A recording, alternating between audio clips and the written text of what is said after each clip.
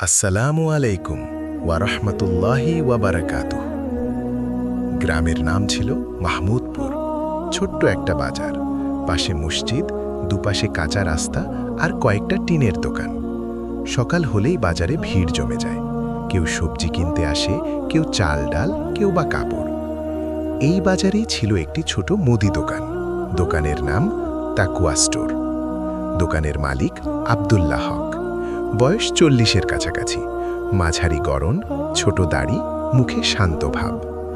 তার দোকান খুব বড় না, কিন্তু পরিষ্কার পরিচ্ছন্ন। ওজনের দাড়িপাল্লা ঝকঝকে, চালের বস্তা সুন্দর করে সাজানো। আব্দুল্লাহর একটা কথা বাজারে খুব পরিচিত ছিল: আমি কম লাভ করব, কিন্তু হারাম খাব না। তার স্ত্রী মারিয়াম, 2 ছেলে মেয়ে। সংসার খুব বড় না, কিন্তু খুব ধনীও না। যা আয় হয় তা দিয়েই চলে যায়। একদিন সকালে দোকান খুলে বসেছেন আব্দুল্লাহ।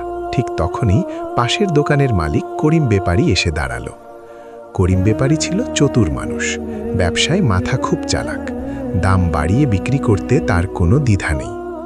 সে হাসতে হাসতে বলল, আব্দুল্লাহ ভাই, এইভাবে সৎ থাকলে ব্যবসা চলে? আব্দুল্লাহ মৃদু হাসলেন। চলে না কেন? করিম বলল, এই যে চালের বস্তা, তুমি কেজিতে 2 টাকা কম নিচ্ছ। সবাই তো বেশি নিচ্ছে, লাভ করবে কিভাবে? আব্দুল্লাহ শান্ত গলায় বললেন, লাভ আল্লাহ দেন, মানুষ শুধু চেষ্টা করে। করিম হেসে বলল, এই যুগে এসব কথা চলে না। কথা বলে সে চলে গেল। কিন্তু আব্দুল্লাহর মুখে কোনো পরিবর্তন নেই। তিনি দাড়িপাল্লা ঠিক করলেন, মনের ভেতর শুধু একটা দোয়া: হে আল্লাহ, আমার রিজিকে বরকত দাও। সেদিন দুপুরে এক বৃদ্ধা এলেন দোকানে, হাতে পুরনো কাপড়ের থলে। তিনি বললেন, বাবা, আধা কেজি চাল দেবে? টাকাটা একটু কম আছে। আব্দুল্লাহ থামলেন না, মেপে দিলেন। টাকা নিলেন যতটুকু ছিল। বৃদ্ধা বললেন, বাবা, তুমি কম দিলে না? আব্দুল্লাহ হেসে বললেন, না খালা, বরং একটু বেশি দিলাম। বৃদ্ধার চোখ ভিজে উঠল। আল্লাহ তোমার ব্যবসায় বরকত দিক। এই দোয়া শুনে আব্দুল্লাহর মন ভরে গেল। কিন্তু সব দিন একরকম যায় না। 1 সপ্তাহ পর বাজারে খবর ছড়িয়ে পড়ল, পাশের শহর থেকে নতুন বড় সুপার শপ আসছে। বড় দোকান, ঝকঝকে, ডিসকাউন্ট অফার। করিম বেপারী দৌড়ে এসে বলল, এইবার তো তোমার দোকান বন্ধ। আব্দুল্লাহ কিছু বললেন না, শুধু তাকালেন নিজের ছোট দোকানের দিকে। সেদিন রাতে বাসায় এসে মারিয়াম বললেন, শুনেছি নতুন বড় দোকান আসছে। আব্দুল্লাহ মাথা নেড়ে বললেন, হ্যাঁ। মারিয়াম একটু চিন্তিত গলায় বললেন, তাহলে আমাদের কি হবে? আব্দুল্লাহ দীর্ঘশ্বাস ফেললেন, আমরা তো কারো হক মারি নাই, আল্লাহ আমাদের ফেলি দেবেন না। কিন্তু মনে ভয় ছিলই। নতুন সুপার শপ এলো, চকচকে সাইনবোর্ড, বড় বড় অফার। আজ কিনলে 10% ছাড়। মানুষ ভিড় জমালো। আব্দুল্লাহর দোকানে ভিড় কমে গেল। প্রথম দিনেই আয় অর্ধেক, দ্বিতীয় দিন আরও কম, তৃতীয় দিন প্রায় কেউ নেই। করিম এসে বলল, কি বলেছিলাম? যুগ বদলেছে, এখন সৎ হয়ে ব্যবসা হয় না। আব্দুল্লাহ কিছু বললেন না, শুধু মসজিদের দিকে তাকালেন। সেদিন এশার নামাজ শেষে তিনি একা বসেছিলেন মসজিদে। চোখ বন্ধ করে দোয়া করলেন, হে আল্লাহ, আমি কাউকে ঠকাইনি। তুমি আমাকে পরীক্ষায় ফেলেছ, আমি রাজি, কিন্তু আমার সন্তানদের মুখের রিজিক তুমি রক্ষা করো। চোখে পানি চলে এলো। পরের দিন সকালে অদ্ভুত একটা ঘটনা ঘটল।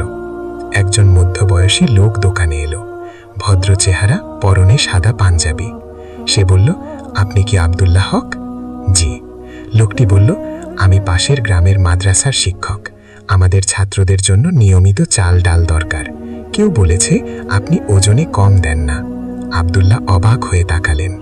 লোকটি বলল, আমরা কম দামে চাই না, শুধু চাই হালাল আর সঠিক মাপ। আব্দুল্লাহর চোখ ভিজে উঠল। এই অর্ডার ছোট না, নিয়মিত সরবরাহ। সেই দিন থেকেই ধীরে ধীরে তার দোকানে নতুন ভিড় শুরু হলো। মানুষ বুঝতে লাগলো সুপার শপের দাম কম, কিন্তু বিশ্বাস কম। একদিন এক গ্রাহক এসে বলল, ওখানে কম দামে কিনে দেখি, ওজনে কম দেয়। কথাটা ছড়িয়ে পড়ল। আব্দুল্লাহর দোকানে আবার ভিড় বাড়তে লাগলো। করিম বেপারী একদিন এসে চুপচাপ দাঁড়িয়ে রইল। বলল, ভাই, তুমি ঠিক ছিলে। আব্দুল্লাহ শুধু বললেন, সত্যে বরকত আছে। কিন্তু গল্প এখানেই শেষ না। বরকতের আসল পরীক্ষা এখনো বাকি ছিল। মাদ্রাসার অর্ডার পাওয়ার পর আব্দুল্লাহর দোকান ধীরে ধীরে আবার জমে উঠল। নতুন সুপার শপ এখনও আছে, কিন্তু গ্রামের মানুষ বুঝতে শুরু করেছে চকচকে আলো সবসময় সত্যকে ঢাকতে পারে না। একদিন বিকেলে বাজারে এক বড় ব্যবসায়ী এলো। নাম তার সালাউদ্দিন মালিক, শহরের ধনী পাইকার। সে আব্দুল্লাহর দোকানে ঢুকে চারপাশে তাকালো। পরিষ্কার তাক, সোজা করে সাজানো বস্তা, মাপের দাড়িপাল্লা, সব দেখে তার মুখে এক ধরনের হিসাবি হাসি ফুটে উঠল। সে বলল, আপনি কি আব্দুল্লাহ হক? জি। আপনার সততার কথা অনেক শুনেছি। আব্দুল্লাহ চুপ করে রইলেন। লোকটি বলল, আমি চাই আপনি আমার কাছ থেকে মাল নিন। আমি আপনাকে বাজার দামের চেয়ে কমে দেব। আব্দুল্লাহ বললেন, কিভাবে কমে? লোকটি নিচু গলায় বলল, কাগজে কলমে একরকম দাম দেখাবো, কিন্তু ভেতরে মান একটু কম থাকবে। আপনি বুঝবেন না, ক্রেতারাও বুঝবে না, লাভ বেশি হবে। এই কথাটা শুনে আব্দুল্লাহর বুকের ভেতর ধক করে উঠল। এটা সহজ পথ, লাভ দ্বিগুণ, সংসারের ভবিষ্যৎ সুরক্ষিত। কিন্তু ভেতরে কোথাও একটা কণ্ঠ বলছে, এটা হারাম। সালাউদ্দিন আবার বলল, ব্যবসা মানেই চালাকি, সোজা পথে বড় হওয়া যায় না। আব্দুল্লাহ ধীরে বললেন, আমার দোকানের নাম তাকওয়া স্টোর। লোকটি হেসে বলল, নামে তাকওয়া রাখলেই তাকওয়া আসে না। এই কথাটা আব্দুল্লাহর মনে আঘাত করল। সে শান্তভাবে বলল, আমার লাভ কম হোক, কিন্তু আমার কবরের হিসাব কম হোক।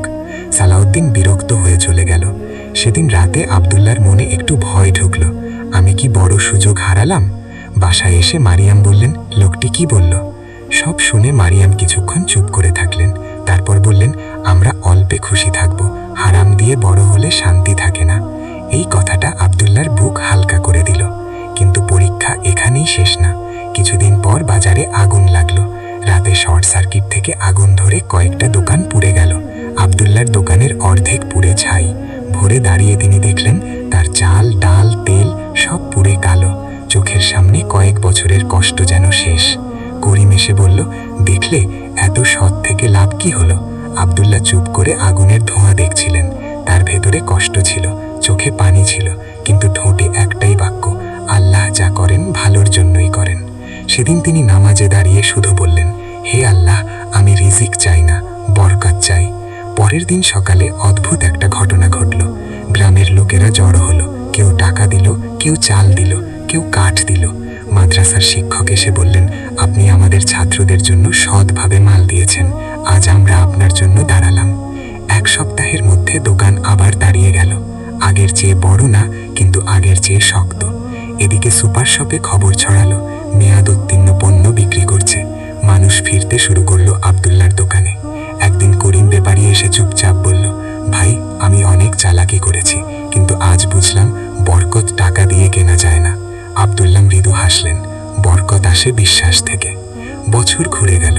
আব্দুল্লাহ ধনী হলেন না, কিন্তু অভাবীও থাকলেন না। তার ছেলে মেয়েরা বড় হলো।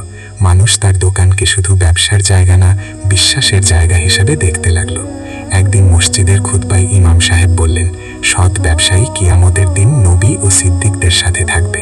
আব্দুল্লাহর চোখে পানি এসে গেল। তিনি বুঝলেন, এই পৃথিবীর লাভ ক্ষতির চেয়ে বড় একটা হিসাব আছে। সৎ ব্যবসা মানে শুধু কম মুনাফা না, এটা এক ধরনের ইবাদত। যে ওজনে কম দেয় না, আল্লাহ তার জীবনে কম দেন না। যে হারাম ছেড়ে দেয়, আল্লাহ তার জন্য হালাল সহজ করেন। বরকত মানে শুধু টাকা না, বরকত মানে শান্তি, সম্মান আর দোয়া। আল্লাহ আমাদের সবাইকে সৎ ব্যবসায়ী বানান। আমিন।